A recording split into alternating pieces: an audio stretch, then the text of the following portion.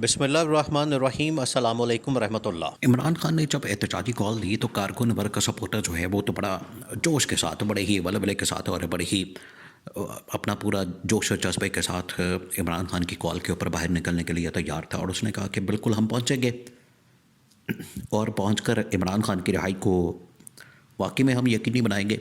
और कारकुन वर्ग का सपोर्टर जो है वो तो बड़ा ही इस हवाले से पुरअज़्म था और उसने कहा कि ये तो हो ही नहीं सकता कि हम डी चौक एक मरतबा पहुंच जाएं, जो कि हम पहुंचेंगे। फिर उन्होंने पहुंच के दिखाया भी। और ये हो नहीं सकता कि डी चौक पहुंचने के बाद हम वहां से इमरान खान की रिहाई के बगैर चले जाएं। ये था कारकुन का हौसला कि वो इमरान खान के लिए मर मिटने को तैयार था।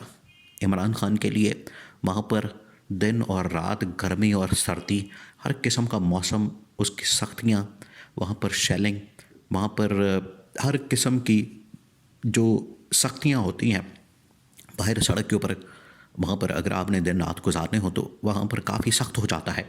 हर किस्म की सख्तियाँ बर्दाश्त करने को कारकुन तैयार थे इमरान खान की खातर।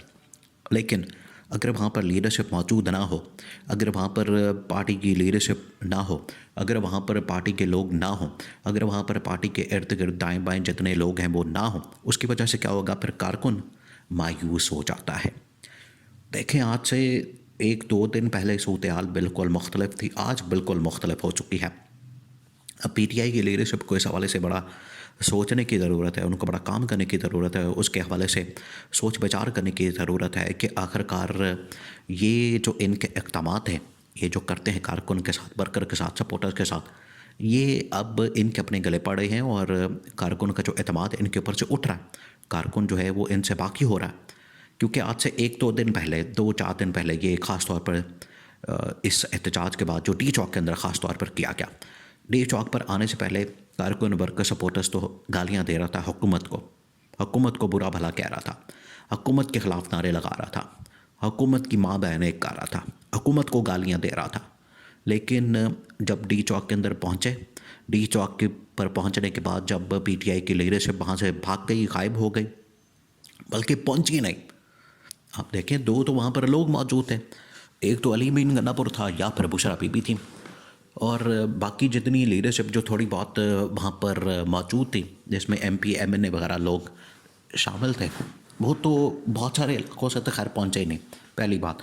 दूसरी बात ये कि जो थोड़े बहुत आए वो पीछे चाइना चौक के ऊपर रुक गए, जो इस्लामाबाद के अंदर मौजूद है, 0 पॉइंट से या डी चौक से काफ़ी पीछे, वहाँ पर रुक गए, वहाँ से आगे आने को तैयार नहीं थे और उनको कोई डर और खौफ था, वहाँ पर रुक गए। कारकुन फिर भी रुकावटें तोड़ते हुए, हालांकि डी चौक जिस तरीके से सील किया गया था, उसको कंटेनर लगा के, वहाँ पर रुकावटें खड़ी करके, वहाँ पर पुलिस तैनात करके, रेंजर्स खड़ी करके कारकुन पहुँच गया। अब वो तो पहुँचा हुआ था इमरान खान की कॉल के ऊपर या बुशरा बीबी की कॉल के ऊपर। तो जब वहाँ पर लीडरशिप बिल्कुल गायब हो गई, लीडरशिप का अता पता नहीं था कि ये टॉप की लीडरशिप, फिर उन्होंने कारकुनों ने मायूसी का इजहार करते हुए अपनी लीडरशिप को गालियाँ देनी शुरू कर दी।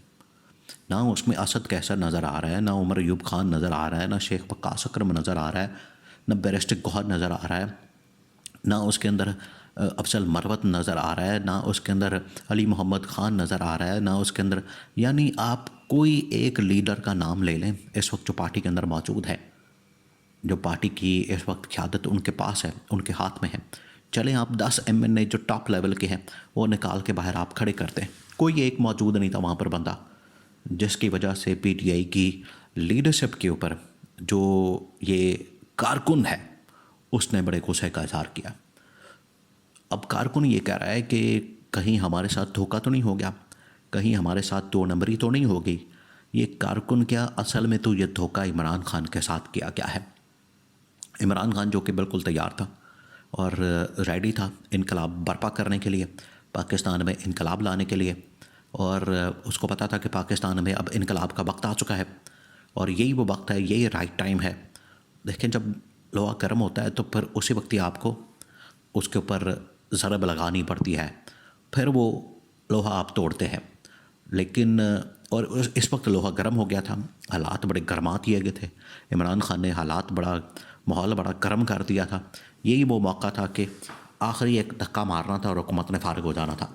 लेकिन ऐसे मौके पर जब लीडरशिप इधर उधर दाएं बाएं हो जाए, तितर बितर हो जाए, कोई मसलहत का या किसी किसी अंडरस्टैंडिंग का या किसी कॉम्प्रोमाइज़ का या किसी समझौते का शिकार हो जाए, तो फिर पार्टी का जो कारकुन है, वर्कर है, सपोर्टर है, आम, वो बड़ा मायूस होता है। वो इसके ऊपर बड़ी मायूसी का इजहार करता है। वो कहता है कि हम इतनी जान काट कर इतने कठिन हालात में, इतने मुश्किल हालात काट कर हम यहाँ पर पहुँचे हैं और हमारी कोई कदर व कीमत ही नहीं। हमें यहाँ पर कोई पूछने वाला ही नहीं, हमारे साथ कोई चलने वाला नहीं, हमारे साथ कोई खड़ा होने वाला नहीं, हमारे शाना बशाना ये लोग चलने वाले नहीं। इस वजह से वो लोग यहाँ से जान छुड़ाते हैं। और अब उनको ये पता चल गया है, अब उनको ये नज़र आ गया है कि अगर हमने, अब हम सिर्फ निकलेंगे इमरान खान की कॉल के ऊपर या बुशरा बीबी की कॉल के ऊपर। अगर इमरान खान खुद बाहर आएगा तब हम निकलेंगे। अब कारकुन यहाँ तक कहना शुरू हो गए। अब वहाँ पर अली अमीन गन्नापुर ने या उमर अयूब खान ने एक प्रेस कॉन्फ्रेंस की और कहा कि धरना चल रहा है। वो कहाँ चल रहा है भाई? कह रहा है, आप अंदाज़ा करें, अली अमीन गन्नापुर प्रेस कॉन्फ्रेंस के अंदर ये बात कर रहा है कि धरना चल रहा है। खुद बैठा हुआ है हज़ारे के अंदर, मानसरा के अंदर, उधर बैठ के प्रेस कॉन्फ्रेंस कर रहा है और कह रहा है डी चौक के अंदर धरना चल रहा है। और डी चौक के अंदर तो लाशें बिछी हुई हैं। आपको तो डी चौक के अंदर खड़े होना चाहिए था, फिर आप बात करते, आप उस रात को बात करते या उस दिन में बात करते। खुद आप मानसेरे चले गए, मानसेरे जाके तो आप बात कर रहे हैं कि धरना चल रहा है। तो ये आप बेवकूफ़ मत बनाएं।